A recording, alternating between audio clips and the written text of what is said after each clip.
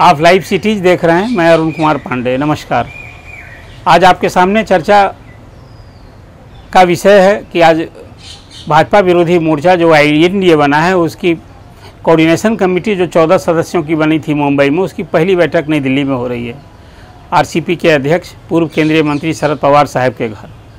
और पहले से यह था कि उस बैठक में क्या होगा।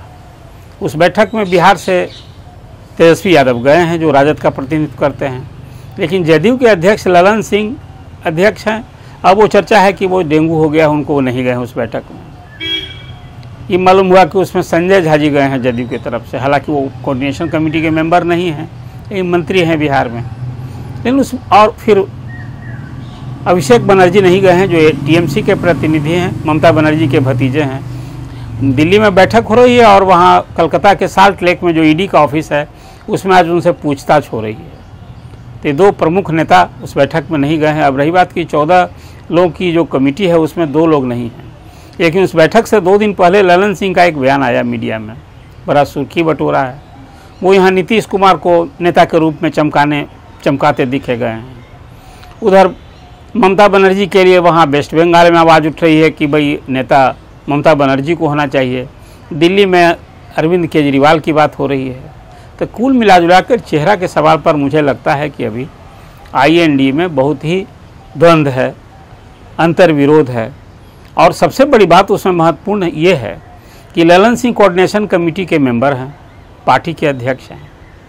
और बैठक के पहले यदि उनका ऐसा बयान आए जो नीतीश कुमार को प्रोजेक्ट कर रहे हैं, दूसरी ओर लालू जी राहुल को प्रोजेक्ट कर रहे हैं। पहली बैठक से लेकर तीसरी बैठक तक जो कुछ उन्होंने बात की लालू जी ने, स्पष्ट है कि, और यहाँ तक कि देवघर में तो उन्होंने ये भी कह दिया कि अभी 12, 13, 14 को 3 दिन में अब कौन कहाँ से लड़ेगा, सीट भी फाइनल हो जाएगा।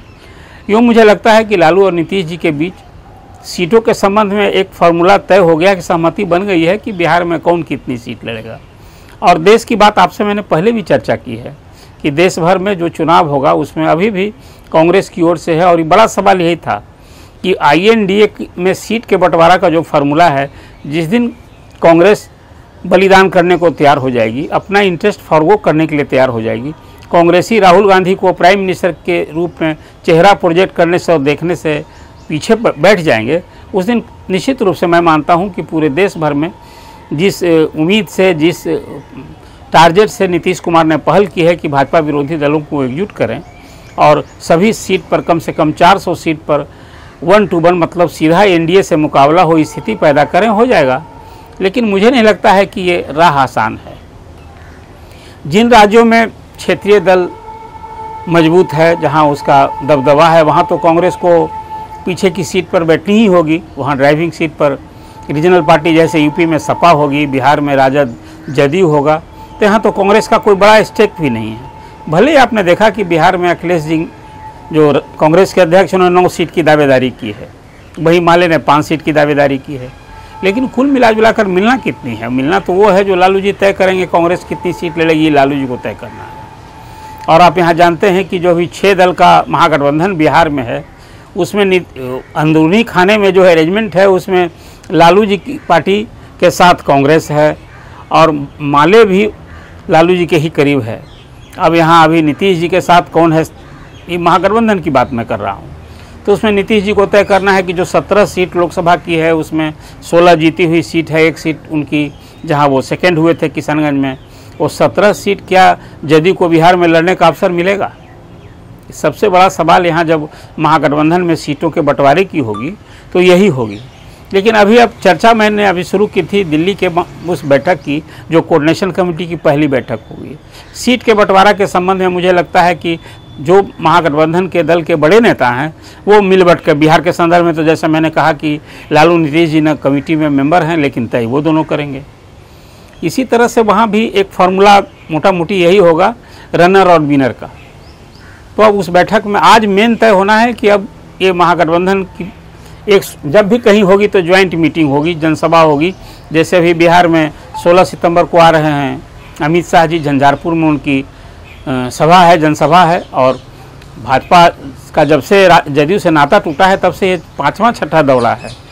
तो बीजेपी तो लग गई है पूरे चुनाव अभियान में। प्राइम मिनिस्टर का भी दौरा हो रहा है, आपने देखा G20 के बाद अब देश के दौरे पर निकल गए हैं, प्राइम मिनिस्टर की सभाएं शुरू हो गई हैं। उधर बीजेपी के अध्यक्ष नड्डा अपना चुनावी अभियान में लगे हैं। लेकिन जो विरोधी खेमा है, विरोधी मोर्चा है, वो अभी बैठक, एजेंडा और इसके बाद कैसे इसका स्वरूप कैसे आगे बढ़ावे हैं, इसी में लगा हुआ है। मैं मानता हूं कि चुनाव के मद्देनज़र अभी विपक्षी गठबंधन थोड़ा पीछे है। अभी चुनाव के हिसाब से बीजेपी बहुत आगे चल चुकी है। तो ये देखना है कि कल के बैठक में एक तो होगा कि ज्वाइंट मीटिंग कहाँ हो, फिर कुछ एजेंडा तय होगा कि हम लोग का कॉमन किन किन मुद्दे पर INDA आगे बढ़े, क्या मुद्दा NDA सरकार के खिलाफ बनावे। तो आज की 2 बैठक में जो कोऑर्डिनेशन कमेटी बैठ रही है, इसमें इन्हीं 2 बंदों पर होगा। फिर कुछ नारा गढ़े जाएंगे, कुछ फिर पूरे देश भर में पोस्टरबाजी, ये सब कुछ अभियान शुरू करेंगे। लेकिन सब कुछ टेम्पो पकड़ेगा तब जब इनकी ज्वाइंट मीटिंग शुरू होगी। मुझे लगता है कि भोपाल से पहली मीटिंग ही शुरू होने जा रही है। INDA की बैठक के संदर्भ में आज मैंने यह चर्चा की और मुझे लगता है कि यही सब बिंदु अभी उभरने वाले हैं। 2 प्रमुख नेता तो शरीक नहीं हुए हैं, लेकिन इसमें और कोई नया बिंदु, जब अब ललन सिंह नहीं गए तो संजय सिंह उनके बदले क्या तय करेंगे। तो कुल मिलाजुलाकर फिर जब अगली बैठक फिर निकट भविष्य में बैठक होगी और भोपाल वाली बैठक जो मुझे लगता है कि पहली बैठक होगी इन लोगों की जनसभा। अभी यही चर्चा है। ऐसे 2 अक्टूबर को एक बैठक दिल्ली में करने की बात हो रही थी। अब वो 2 तारीख को बैठक होगी तो दिल्ली में बैठक की बात है। लेकिन अब वो इतना अभी फिर होना है कि अगली बैठक कहाँ होगी, जनसभा कहाँ होगी। लेकिन आज की कोऑर्डिनेशन कमेटी की बैठक में कोई बड़ा फैसला होने की उम्मीद नहीं है। अब वो शरद पवार साहब का खुद भी तो अपना ही घर जो है संभल नहीं रहा है। अब वहाँ भतीजे के विद्रोह के बाद जो एक स्थिति हो गई, अब शरद पवार साहब का वो पहले वाली एक स्थिति नहीं रह गई। अभी तो उन्हें अब खुद की प्रतिष्ठा बचानी है। इसलिए आज की बैठक में कोई बहुत बड़ी बात IND की बैठक में निकलने से रही। और उसके पहले ललन सिंह ने जो बात कह दी है, नीतीश कुमार को जिस ढंग से उन्होंने बढ़ाया है, और तो अभी कहीं गठबंधन को ये कहाँ तक सूट करता है, ये सोचने की बात होगी। जैसे तमिलनाडु के मंत्री ने बात कर दी सनातन धर्म समाप्त करो, वहाँ के एक दूसरे मंत्री ने कह दिया कि पूरा ये गठबंधन ही बना है सनातन के खिलाफ बना है। बिहार के राजद के प्रदेश अध्यक्ष ने कह दिया कि गुलामी, देश को गुलामी हो गई टीकाधारियों के कारण।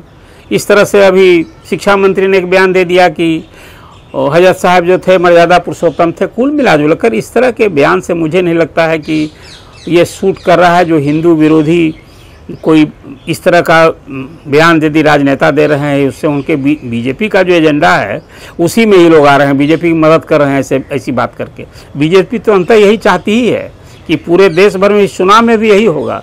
एक तरफ हिंदू कार्ड होगा, दूसरा तरफ मुस्लिम तुष्टीकरण के नाम पर, तुष्टीकरण की राजनीति करने के नाम पर भाजपा हमला बोलेगी। कुल मिलाजुलाकर आज की तारीख में NDA की जो राजनीति है, जो बैठक हो रही है दिल्ली में, इस संदर्भ में मैंने आपसे चर्चा की। आप इसे देखें, अपना कमेंट भेजें, अपना कमेंट दें, आप लाइव सिटीज़ को अपना कमेंट दें और अधिक से अधिक सब्सक्राइब करें। धन्यवाद।